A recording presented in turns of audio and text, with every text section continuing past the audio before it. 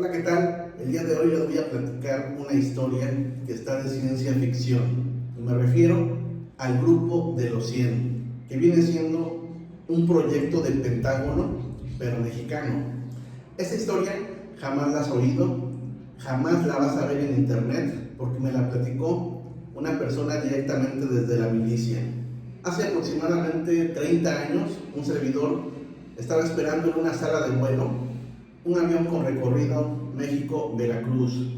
Tenía yo aproximadamente 20-30 minutos en la sala de espera, todavía como colchón, y ya después pues iniciaría el abordaje. A unos minutos de que llegué ahí a sentarme a la espera, llegó otra persona.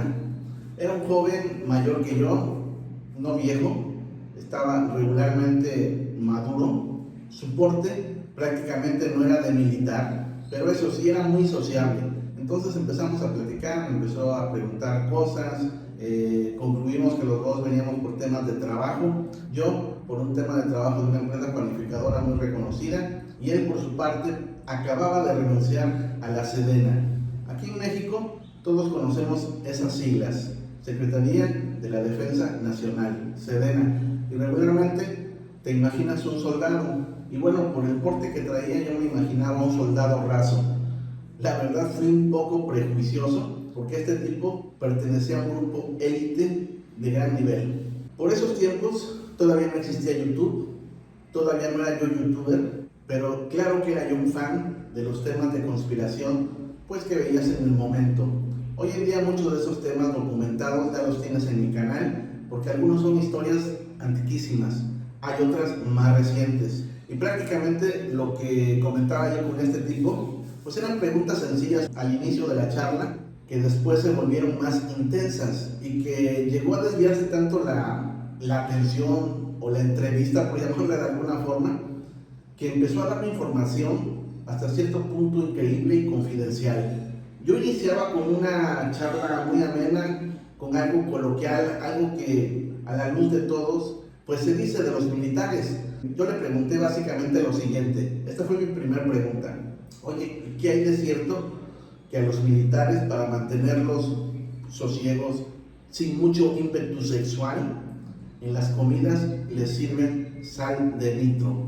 Le dio risa, empezó a pues, dar un poquito de información y me confirmó que efectivamente ellos también piensan que les dan algo, porque son semanas y a veces meses o años completos que están muy alejados de la familia, de la esposa, de la novia. Y bueno, no siempre hay compañeras soldadas con quienes convivir, aunque actualmente ya hay un poquito más que antes. Regularmente los dormitorios son para hombres y otros para mujeres, ¿no? Y bueno, siguió la charla. La segunda pregunta estaba enfocada al tema del novatismo. Oye, es cierto que cuando eres novato llegas, te dan con todo y te golpean, y prácticamente ahí me comentó que se llegan a dar algunos casos de abuso, pero que, por ejemplo, a él no le pasó esa parte. Entonces, él puede hablar muy bien de su experiencia de novato durante su estancia en la milicia. Le pregunté también que por qué dejaba la milicia, se veía muy joven, no se veía como una persona para un retiro, pues por su antigüedad, llamémoslo de esa manera. Él me decía que estando trabajando para la Sedena, le sucedieron dos cosas. Una, donde tuvo una formación, digamos que básica, y que es el común que conocemos nosotros, los soldados. De repente estos soldados efectivamente tienen operativos, van a luchar contra el crimen. De hecho, a él le tocó andar en el tiempo de los zapatistas allá por Chiapas, combatiendo todo el tema del comandante Marcos. Pero una vez que llega Cedillo Ponce de León, el presidente planea crear un Pentágono mexicano, una compañía de inteligencia que pudiera tener espionaje al nivel de Estados Unidos, de Canadá, de la URSS, de Alemania, de Inglaterra, que son países súper avanzados en ese tema. Y me decía que hay instalaciones que lo lograron, o sea, realmente tenemos un Pentágono mexicano. Actualmente desconozco si exista, me imagino que sí, porque si es algo que funcionó debe perdurar, pero es ultra secreto. Ese grupo se llamaba el Grupo de los 100. ¿Por qué le llamaban el Grupo de los 100? Bueno, él me contó básicamente que de todas las dependencias militares, ya sea la Sedena, la Naval, la Policía, los altos mandos hicieron una minuciosa selección de personal. Eligieron de todos solamente a 100 personas que tuvieran un IQ alto y una habilidad muy especial. Les hicieron infinidad de exámenes, entre ellos de laboratorio, psicológicos, psicométricos, de conocimientos. Y bueno, les comento que él se veía una persona común y corriente. Y le digo, oye, y aquí entre nos, ¿cuál es tu habilidad? Yo te veo una persona normal, o sea, no te ofendas, pero pues es como yo, o sea, yo no me considero tener una habilidad súper especial. Y me dice, soy un genio informático. Y digo, chirrión. Me sorprendió bastante porque no daba pinta de genio.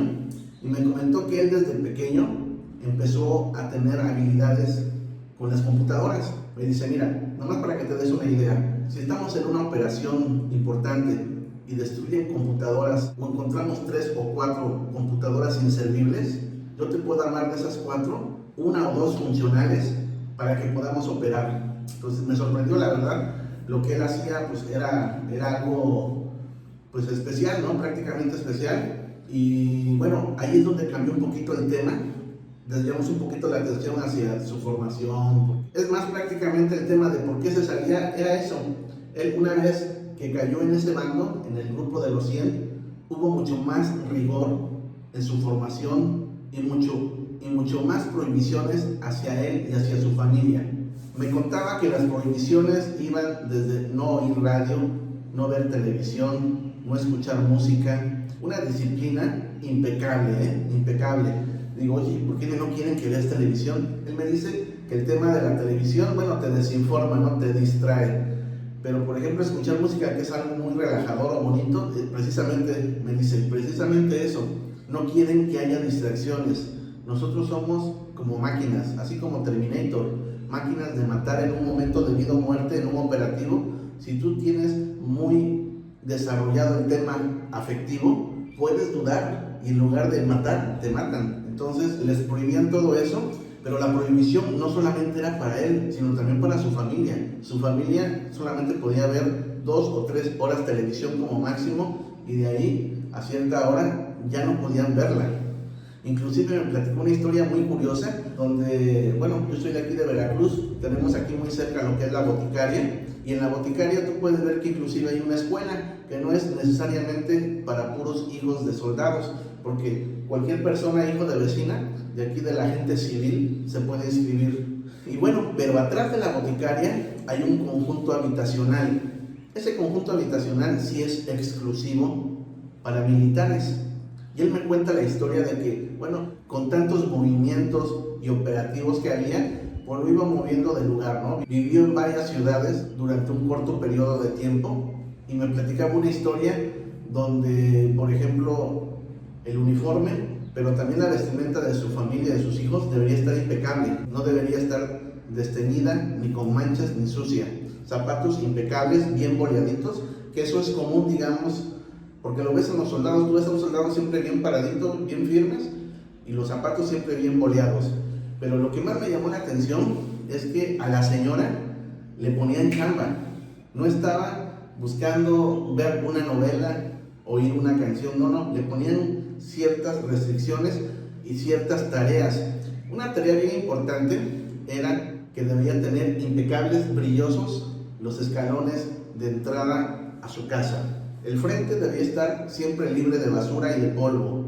Y de polvo, O sea, dicen que llegaba, y dice, no me lo vas a creer, pero llegaban las personas a inspeccionar y nomás eran 2 escalones, pero esos 2 escalones deberían de estar limpios y libres de polvo, brillando, porque les echaban hasta solvente. No sé si has ido a los talleres mecánicos o también donde lo he visto, en los almacenes.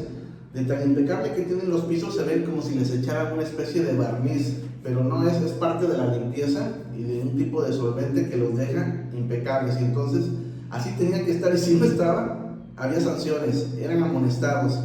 Y bueno, fíjense nada más, eso era un poquito, digamos, las desventajas que tenía. Otra desventaja por la que él dice, bueno, yo mejor prefiero hacerme civil que seguir aquí, es que el riesgo cada vez era mayor. Era un grupo élite especial, donde ya los enemigos no eran chiquitos, eran enemigos grandes. Y entonces él prefería tener seguridad para su familia y renunciar a lo que le gustaba, porque la verdad dice que le gustaba mucho su trabajo y prefirió renunciar. Y le digo, oye, yo todavía no te termino de creer que estés renunciando, estás chavo, ¿a qué te vas a dedicar? Le ponía yo un ejemplo, mira, nomás para que te des una idea, en la empresa donde estoy, no contratamos soldados, ni policías, ni abogados, y si se llegan a contratar, es para el equipo de seguridad, porque es el único perfil donde encaja. Y él me dice, no, pues ahora sí que es un riesgo que tengo que correr, prefiere correr ese riesgo que perder la vida o que pierda la vida uno de sus familiares. Y entonces traía un sobre de esos amarillos, tamaño, era un poquito más grande que el carta, creo que se llama doble carta. Bueno, traía ese sobrecillo y entonces, mira, como no me crees, te voy a mostrar algo, pero es lo único que te voy a mostrar. De hecho, no debo de decirte muchas cosas. Te comento, firmé un contrato de no comentar nada en 40 años. Y digo, ay, chingón, pues ya lo venciste porque me estás contando cosas. Dice, bueno, las cosas que te estoy contando son, digamos que inofensivas. Todavía hay cosas que realmente no te puedo contar, ¿no? Y que suceden. Digo, ok.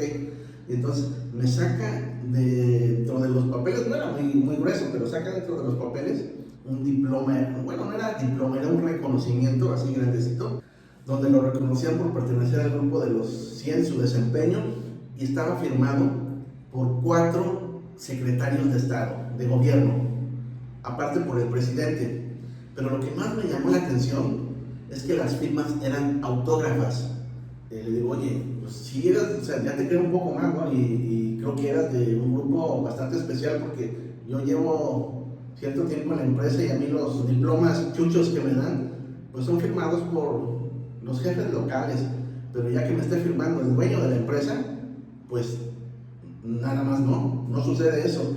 Y aquí te estaba firmando el presidente, que era Ernesto Zedillo Ponce de León en ese entonces, y no recuerdo el nombre de los secretarios de gobierno, pero si los googleas seguramente te van a aparecer, y bueno, yo si los googleo seguramente recuerdo a algunos de los que estaban ahí, y entonces digo, no, pues este tipo sí, o sea, sí me está diciendo la verdad, ¿no? Y entonces seguimos la plática, y ya con ese tema de seguridad, de ver el diploma, el reconocimiento, y de seguir platicando y charlando con él, le digo, oye, yo siempre he tenido una duda, ¿qué tan ubicados estamos como personas? Digo, te voy a decir esto, teníamos un conocido en cierta ciudad que tenía otro conocido que siempre sospechamos que se dedicaba a cosas media raras. Entonces, cuando llegó la primera notificación de tener una credencial, todavía no era INE, sino era una credencial para votar, era como rojita, no sé si la recuerdan allá que habrá sido como por el 89, 90 quizás, y él dice, no, yo no la voy a sacar, él no quería estar identificado. Después llegó, pues ya, indudablemente y obligatoriamente llegó el INE. Bueno, que no era INE, era IFE, ¿no? La credencial del IFE. Actualmente hoy es INE, ¿no? Pero le digo, oye, ¿qué tan cierto es que nos tienen bien ubicados? Y me dice, sí es cierto. Dice, mira, si tienes acta de nacimiento, credencial de elector, número de seguro social, RFC, estás totalmente y plenamente identificado y ubicado por el gobierno. Es más, pueden llegar a tu casa un día, así como los hombres de negro, y buscarte. Dice, pero incluso si no tuvieras alguno de estos documentos, el gobierno también te tiene ubicado. Hay cámaras. Bueno, hoy en día sabemos que hay cámaras, porque ya es muy común, ¿no? Pero antes eran muy pocas las cámaras que llegaba a haber en la ciudad. Y bueno, ya le hablaba de cámaras que estaban ubicadas estratégicamente y que, bueno, si sucedía un asalto, pues la cámara más o menos pues grababa y se daba una idea de quién fue, las placas, algo muy similar, ¿no? A lo que tú ves hoy ya, digamos, en vivo, porque sí han atrapado a algunos malhechores a través de cámaras, no de las que tienen las personas en sus negocios, no, hay cámaras en la ciudad en determinados puntos estratégicos donde si cometes algo malo, pues ahí te van a tomar. Y entonces le digo, no, pues se me hace increíble, pero ahí tengo una pregunta más difícil. Bueno, si supuestamente estamos plenamente identificados por el gobierno, ¿cómo es posible que no pueden agarrar a los malos? Hay mafiosos, hay delincuentes, bueno, delincuencia organizada, que se andan paseando por el país y nadie les pone un alto. Y entonces me dice algo que, bueno, hoy comprendo muy bien, en esos ayeres no, pero me dice, hay pactos.